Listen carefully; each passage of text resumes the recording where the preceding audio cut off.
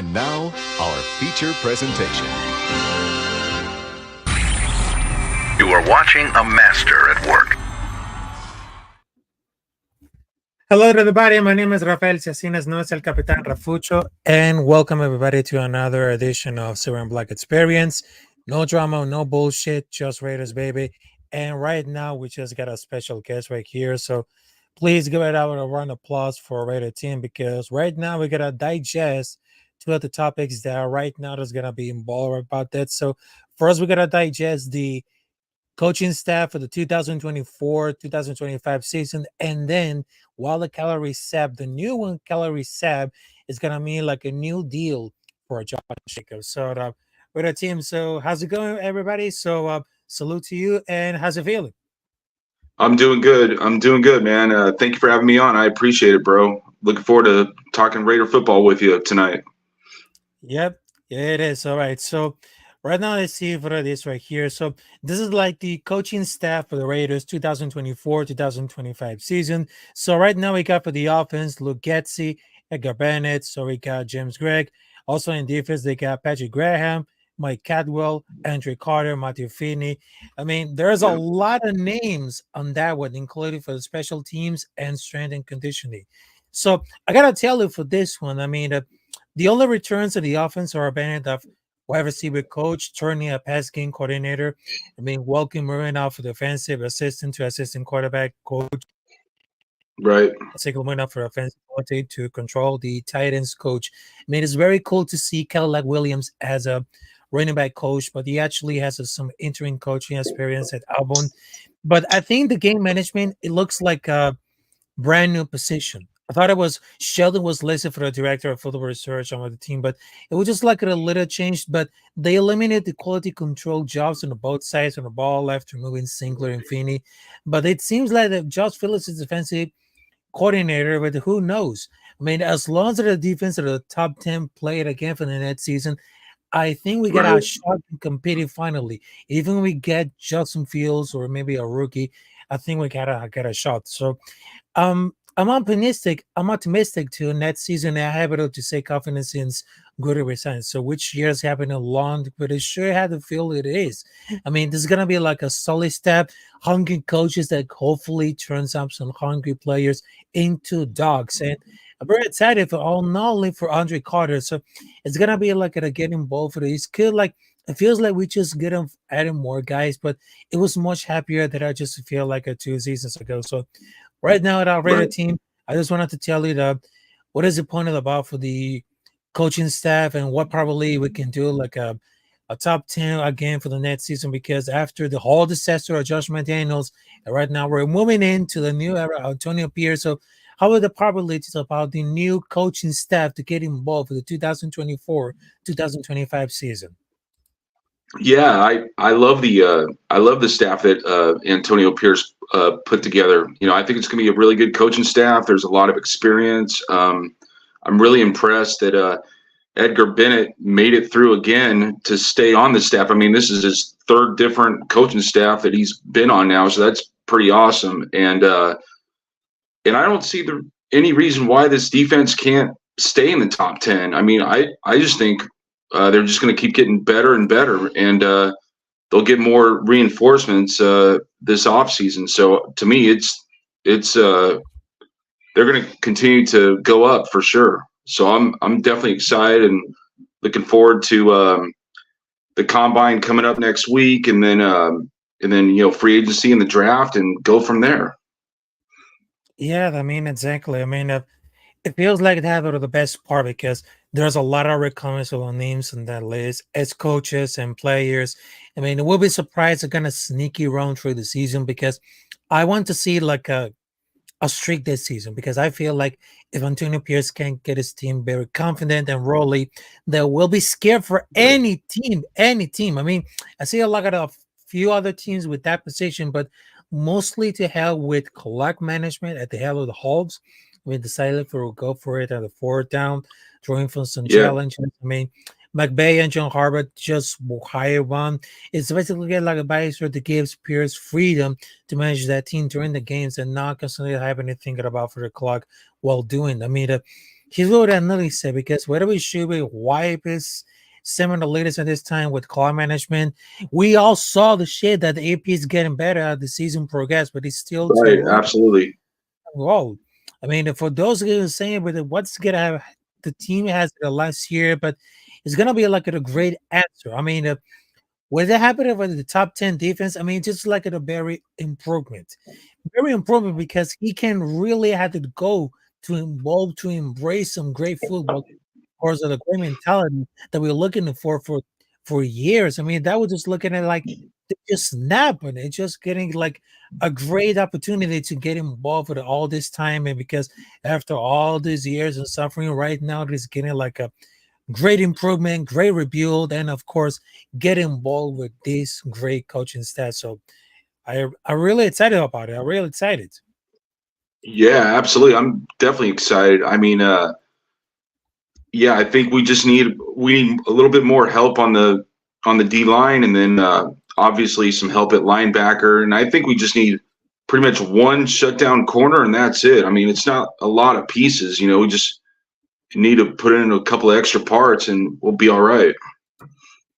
And Mm, yeah, I mean, I think with Pierce, I think he's just going to keep getting better and better as a head coach with clock management and that experience and everything. I mean, having Marvin Lewis on board to help him out and be a part of this staff is huge. I mean, it's a big time pickup bringing him in, and then Tom Coughlin, his former head coach with the Giants, helping him out as well.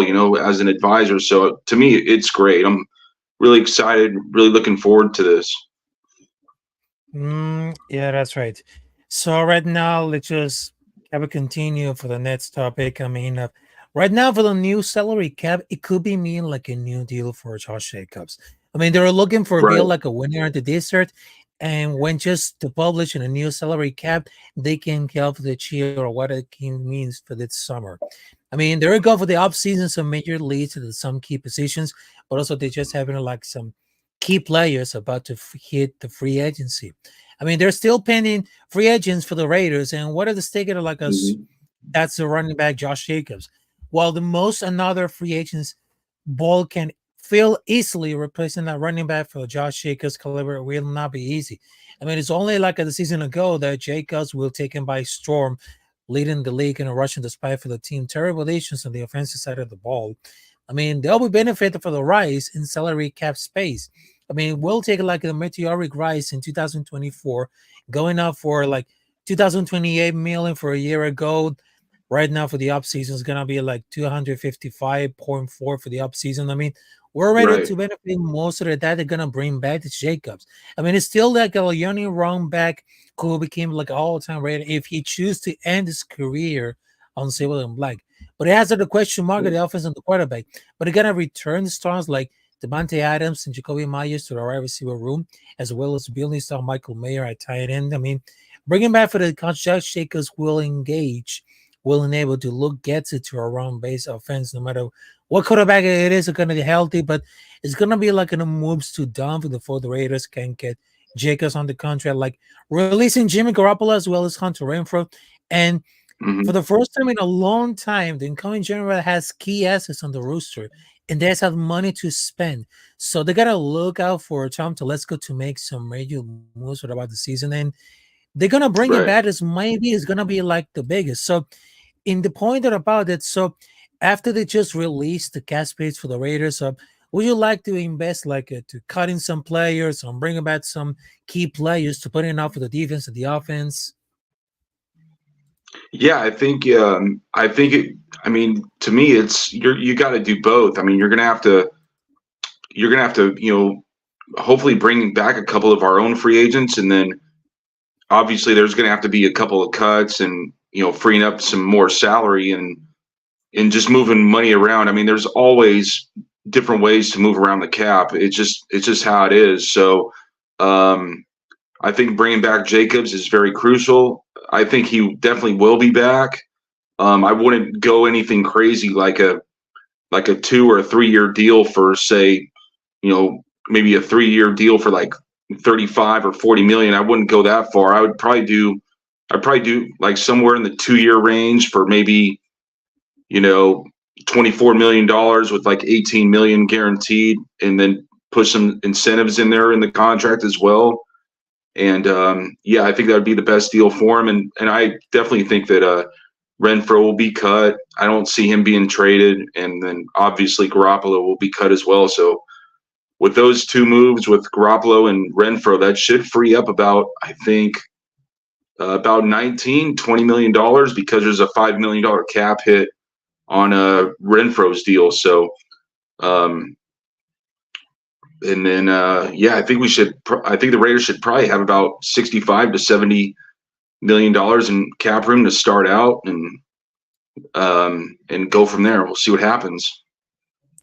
Yeah, I would love to see what happens. I mean, between for the Raiders cap space, I mean, there's a million reasons to go in there for the cap space and during for that season, and I think there's gonna be because it's gonna have it cutting some players that it didn't like a great job, but it's gonna be a very protected. I mean, Right, certainly they're just to avoid it. But I mean, from the case of Jimmy Garoppolo, between his 2 game suspensions, they all certainly both those guarantees, invisible salary guarantees if they go to the owner, regardless of the keepers on roster or not. But I mean, the suspension is because it should be like a boy for 11 million salary guarantee that Jimmy right, Garoppolo, which makes it more easier to release Garoppolo. I mean, that will bring dead money, forget it, down to 28 million to 17 million. Also to avoid the habit of cash payments following its release. I mean, it's right. not gonna be fully guaranteed because I know that Jimmy Garoppolo's experiment, it didn't work out. It didn't work No, out because from the structure will count against the cap because if for the next 4 years they had to need to months once to cut him. I mean, was it a conflict against the cap this year, or maybe gonna split it up for the next 2 years? They're gonna post June designation, but actually really had to go because I think that before that, because we're just getting struggling for the quarterback position, but I think it's gonna because I have to go for it. I mean, for that case, for the Jimmy Garoppolo experiment, it didn't work at all. So right now, without Jimmy Garoppolo, without Brian Hoyer, right now, it is coming to the end to Aiden O'Connor. But it's going to help it for the Aiden O'Connor if the cap space will be like a training out for the veteran quarterback or signing him up for a rookie. I mean, the cap space for a Raiders, I mean, for that season is going to be like in a months and months of money. But I think the right, release of Jimmy Garoppolo will be the great idea because after he was doing his performance and he didn't work it out after his suspension and all this time, because what the hell we're gonna do about it? So we need to to spend it to spend a lot of money to invest in a quarterback who's being very mobility, and we don't want to waste our time with some guys like Jimmy Garoppolo. He has no mobility, he has no ability, and I think this right. is the opportunity to make it right to get involved with a new quarterback who gets involved with a lot of mobility, ability, and of course, an intent for speed to get involved to attack for the defense and the offense. Yeah, I mean it's yeah, I mean obviously it was a terrible experiment bringing him in, and um, yeah, I mean, to me anything's on the table. I mean, to be honest with you, I wouldn't be surprised if they decide to just draft a quarterback, or if they go out and they trade for Justin Fields or something like that. But thing is, if you trade for Fields, then you gotta sign him to a new deal eventually. That's gonna uh, probably pay him about 45 million dollars a year, and I don't know if the Raiders are going to want to do that. So for me, it would be the best idea would be to try to trade up and get Jaden Daniels. I mean, that's AP's guy, so I could definitely see the Raiders going that route for sure. Yeah, exactly. Then for that reason, for the for Jaden Daniels, I mean, they're gonna be it very clearly. I mean, Hmm. can you compare for the situations where basically the stats is very good at having? I mean, he's one of the top prospect and he won the Heisman Trophy. I mean, putting that into the situation is because I don't think it's gonna be a top three quarterback in this draft, but it's clearly because the situation is vastly different. And what are the other prospects they do? I mean, the throwing motion, it looks very solid. I mean, they have it very ask Lamar Jackson, maybe more natural to be honest. 4'4" speed, 6'4" fight, 200 pounds, decent footwork, his line frame can improve it. So I think it's gonna be like a very crazy at all. I mean, he just scrambles to the driver's back really clean pocket. But I mean, there's another people who love to criticize Keller Williams for leaving the pocket and playing off schedule, but then Right. it's too much 3 times as often as Keller Williams go for the necessity because the pocket has bare broke down and it's not very comfortable in the pocket. But do you think that Jenny Daniels could be like the answer if we don't get like Justin Fields? If it's gonna be like a situation for the quarterback for the Raiders for the next season?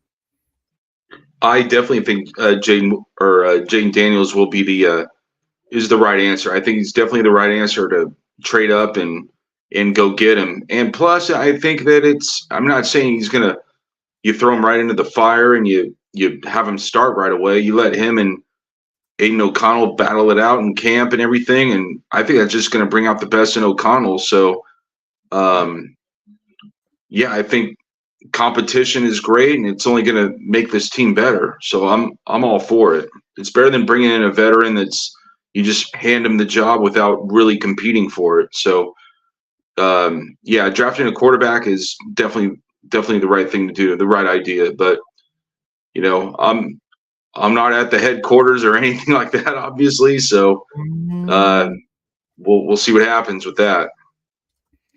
yeah, I will. I would love to see it because I know they believe is Dennis is much better runner than Stroud and Williams. I mean, it should be like Right, running at the heels at a higher percentage that playing a right. forcing ball in a tight window and throwing out at the short that's open space. But it's not saying that there's logic behind the numbers. I mean, he has far less art talent than other two because arm strength is not even a plus. I mean, it's much better weapons than the two, and he has sack to pressure rate is very higher, but he has a much slighter frame, which just brings like enduring concerns. I mean, there's a lot Yeah. of main negatives has been compared for the other two because he has Excuse me. very positive. But I mean, it's very quiet. It's better. It's not like the better prospect for others guys. But I think that between for the draft right here, I mean, for the situation of quarterback, I mean, it just happened because comparing out for Keller Williams, Jaden Daniels, Bo Nitz, and Michael Penix Jr. I mean, for the difference between Michael Penix Jr. is very good, but during this injury reports and historial, I mean, that's very scary. But I think the bonus is very Mhm. different. But I need it's gonna be like a very improved about for this frame and of course for the battle weapon. And he doesn't like it a very far for anticipation, but he needs to like a very very work out for the footwork and all these weapons, the sack the pressure. I mean, he's got Right. the professions at a very level. So I think it after that because it's very like involving about the speed, but we need to do something at the position of the quarterback. So we need like a still like a very mobile for like very good at mobility, ability, speed, and Yep. of course pressure, which is the most important for the position for the quarterback. Right. Absolutely. I mean, the game has changed so much from back in the day. You know, where arm strength. It was all about arm strength and throwing the ball as far as you can and all that stuff. I mean, I'm 42 years old. I've watched this team almost my whole life. Man, my whole family's Raider fans. So it's like I've seen I've seen Jay Schrader throw the ball for the Raiders, and he could throw the ball deep, but it didn't it didn't add up to a lot of wins. But to me, I don't really worry about the arm strength. To me, it's you don't have to throw the ball 70, 80 yards. As long as you can make the all the right throws, it's all good. And having a quarterback that can move around and run, I mean, that's key. That's very, very key, especially in today's game. You can't have a quarterback now that just stands in the pocket and that's it. Those days for the most part are over. Yeah, I think it's right. I think it's right. But I mean, this is gonna be like a great contribution because I know this is gonna be like a it goes for the something like I mean, it's not gonna have to go to chorus because he's a 5-year starter who takes like the steel for the other guys go through for the progressions. I mean, he doesn't have like Right. the arm talent of either May or Williams. Our show's very talented. It could be like easier than Daniels did. I mean, For a former backup, that has been interesting perspective. I mean, it's getting working it out, but I think it's going to be changed without the previous forward, and I think it's going to happen to like a great freshman for the next 2 years. But I think in the day for he was learning that the system, he was learning about the system that he doesn't know about it because according for the issue for Right. the Champ Kelly, he was like a drawing basically where we saw like a few focus on. Eventually, he's getting ball for the casuals, considering we're really looking at the consider situation. But I think that they had the best intentions, where the big moments at the handle pressure, great. But also added a change of facility of the every day was gonna train to watch game feel, also clear it out for the progression. I mean, that happens a lot. That happens a lot because I just see what getting balls with about it. So there you have it. Mhm. Right. Yeah. Yeah. Absolutely. I mean, it's you know, yeah. I think, like I said, I think that getting Daniels is the uh, right thing to do. And I mean, if they get him, great. If they don't, they get another quarterback in the draft. I'm okay with that too. But for me, the quarterback has to have mobility. He's got to move around in the pocket and run and make the right throws. So, yeah, that's definitely very key to have that happen. Yeah, we can't go another year without or can't go another year and then coming up and bringing in a veteran quarterback that doesn't have it anymore. So I don't think the Raiders are going to go down that road again. I think it's just pretty much going to be either drafting a quarterback or they're going to trade for Justin Fields. I think one of those two things will happen for sure. That sounds fair. That sounds fair.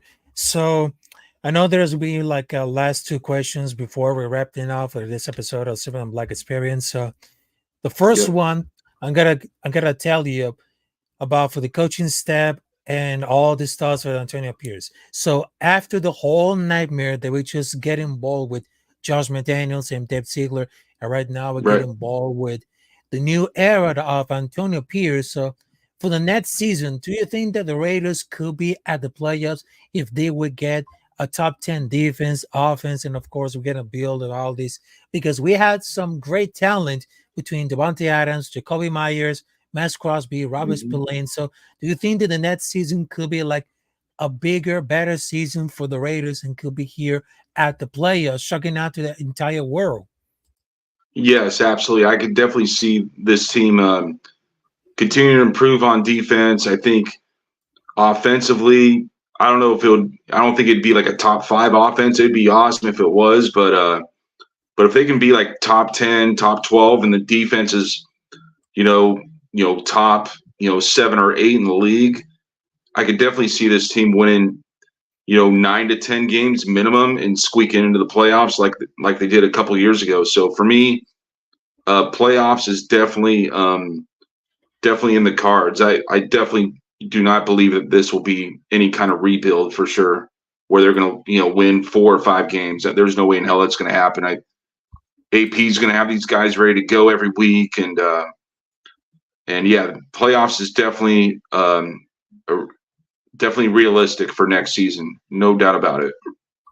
There you go. And of course, for another question. So, I know there's a lot of making sense right here. So over the last live streams, I just asked from some content creators what it defines the right rate. So right now, can you tell us about what it defines the right away with you? Because right now I just asked from some content creators about what it defines to you the right away, or to define to the tradition, the loyalty, the respect for the organization, which is the Raiders. So tell us, Raider team, what it defines the Raider way for you. Yeah, for me, defining the Raider way is I mean that's first of all, it's a great question. I got to give it to you. That's definitely a great question. All your questions have been great, but that one as well. So I mean, for me, the Raider way is well, I'll take part of what AP was saying. Smoke our shit, talk our shit. That kind of thing. But to Mhm. me, all for in my words, the Raider way is um, being loyal to this team. Being with them through thick and thin. Um, fuck all Raider haters, man. For me, when people talk shit to me about the Raiders, I just say bring it on, and I talk shit back to them. So yeah, be loyal to your team, stick by them through thick and thin. Um, you know, we do things our way. We don't do what everybody else does, and kick everybody's ass, and that's it. To me, that's the Raider way. There you go. So I just asked for like thousands of people, including for Raiders content creator. But I mean, the Raider Uh-huh. way, it's like when you go to the game, you had to feel the Sorry. Let me throw this in there. Just win, baby. That's it. There you go. There you go. So that for me, like the sense for the Raiders football, because if you grow up watching football for the 70s, the 80s, the 90s, also Mhm. you're just part of the DNA because it's not about the Patriot way, it's not about for the other team's way, it's Yep. the Raider way. Because Right. if they got for a lot of history, because right now that you see like a great athletes like Ken Stabler, Speed Kills. I mean, they just had like a Hmm. thousands of generational players, and right now, looking for this generation, they just got it. They got Max Crosby, they got Robert Spillane, they got Devontae Adams, Jacoby Myers. I mean, there is like a few players who make it enough for this generation, and I think this is the opportunity to see like a brand new fans to get involved for the Raider Nation because the Raider Nation is whole for the whole nation. Is everywhere.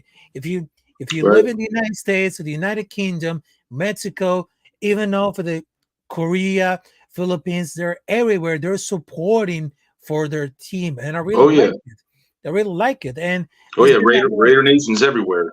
Yeah, that's everywhere. I mean, there's a lot of things to do about it. So we just eat, sleep, and breathe Raiders football.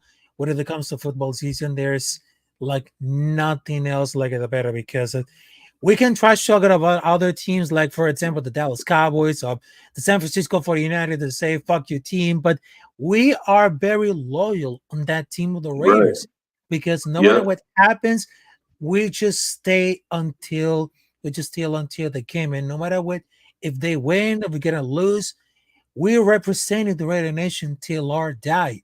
Because to the end of the Oh yeah. time, we're still representing for the Raiders. And I think it's very Yep. great. I think it's very great. Absolutely, man. This is it's been a part of my life, my whole life. Like I was telling you earlier, my whole family are Raider fans. It's my grandma went to the very first Super Bowl the Raiders won in Pasadena in the mid '70s. She was there, and yeah, I had season tickets for a long time in Oakland. I had them all the way through the very last year. My dad had them, my grandma had them, my aunts and uncles, and it's it's a family thing with us. So my brothers, all of us, man, it's awesome. Very, very cool. I Yeah, bleed it is. silver and black, man. Yeah, it is. And of course, I just wanted to tell you, thank you, Radio Team, to having us on this episode of Silver and Black Experience. So I know it's very kind of short, but don't worry about it because there's like a thousands of live streams coming up for the next weeks, and we gotta build it Sure. out together. So I just wanted to tell you last thoughts, Radio Team, before we're wrapping up, so people can see you on the social media. Then, of course, where you can find new people. Yeah, man. I'm on. Well, the my well, I have TikTok, so I'm on there at Raider Tim 81, and then I'm on Instagram at